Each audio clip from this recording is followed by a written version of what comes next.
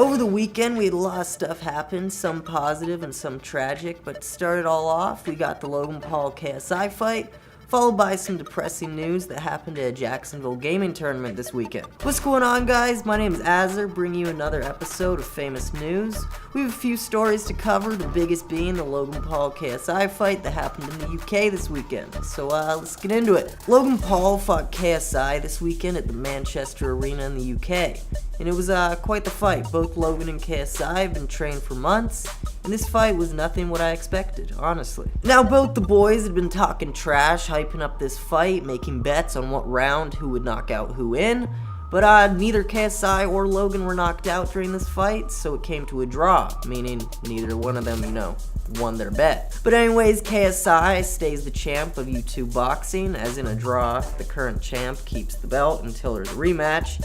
And let me tell you, there's for sure going to be a rematch. Both KSI and Logan have already agreed to have a fight, but this time it's going to be on Logan's terms, which means it's in LA. Also, Logan finally got his wish. He saw it was under KSI's bandana, and to Logan's surprise, it was a forehead. Now let's move on to Jake versus Deji, because that fight was nothing compared to what people were expecting. Everyone thought that after the weigh-in, Jake was for sure going to kill Deji, because Deji wasn't looking so hot. Me, myself included. I have to say, though, that after I watched the fight, Deji really did have a chance. If there was a 7th round, I'm not really too sure that Jake would have won. Deji wasn't lying about being prepared for the fight and, training and all that. I understand that people claim he had his trainer dropped. Well, he was dropped. But I gotta say, he was trained independently or whatever his excuse was, and I don't really think it was an excuse. He was more prepared than any of us could have really guessed, and he looked good in the fight. Honestly, he kind of, did as good as Jake almost. And I'm happy to say that I'm sorry, Deji. I was wrong about you. And I think if there was a rematch, you could beat Jake, honestly. In response to the fight, both Jake and Deji were very professional. They had told each other that they did a good job. But if you want to hear more about that, they've both made responses to the fight over on their channels. Go check those out. Now, when it comes to the undercard fight, we have Jay Swindler versus this dude named Esson Gibb. I don't know who that is, but anyways, the winner was Gibb.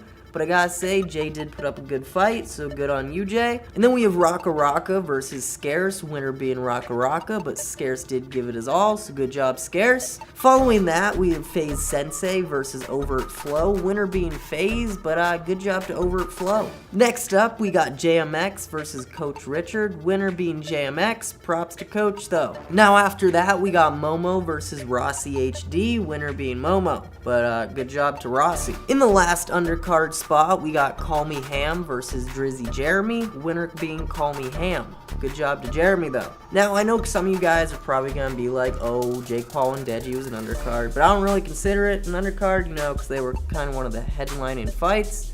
But if you disagree, you know where to put it. Now I'm gonna be talking about the fight in my opinion, because I think a lot of it was staged.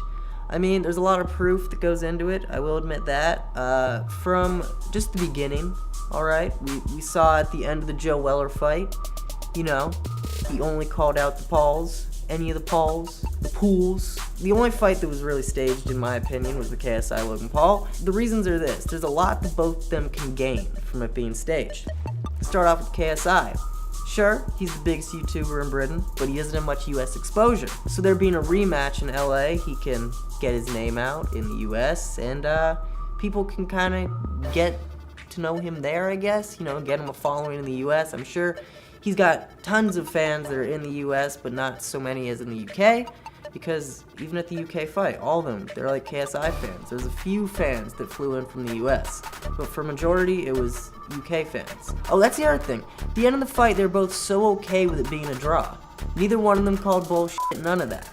They were just like, oh, okay, we're rematching the US, oh, okay. But now, I think it's that way for Logan, because most of the news surrounding his name, at the moment at least, or before this fight, was all negative, He had the Suicide Force thing, and then, that's about it. But it was all negative, so people remembered him as the Suicide Forest guy. But now people are remembering him as the guy that fought KSI, which is good publicity for him, and it gets the Suicide Forest out of the way.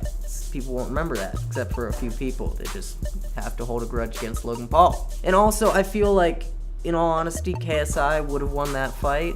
And also, KSI was actually ahead by 1 point if you listen till the end when they talked about the scorecards. And if KSI really wanted to win that fight, I think he would have argued that he still had a higher score than Logan, even though it was by 1 point. And also, I think KSI was okay with the whole thing because this just means he gets to keep his belt until the rematch, which I'm sure possibly could be a real fight, but at the same time, maybe, they'll just let KSI win because they'll work out some deal. Now, that's just my opinion, though, so let me know down in the comments what you guys think. Now, let's get back into this video. And now, in the sad news that happened this weekend, the passing of war hero and U.S. Senator John McCain.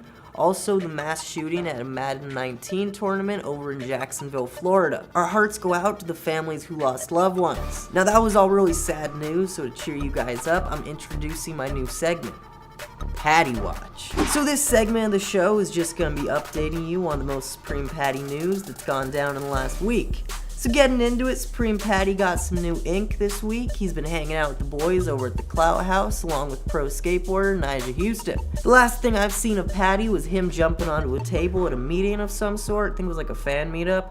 But anyways, thanks for tuning in to this week's Patty Watch. Now back to your daily program. Thanks, Patty Watch Azzer. Now I hope you guys enjoyed this episode of Famous News. As always, thanks for watching, and leave your comments somewhere down there. I mean, for these types of videos, it could be regarding future videos or your thoughts on the video.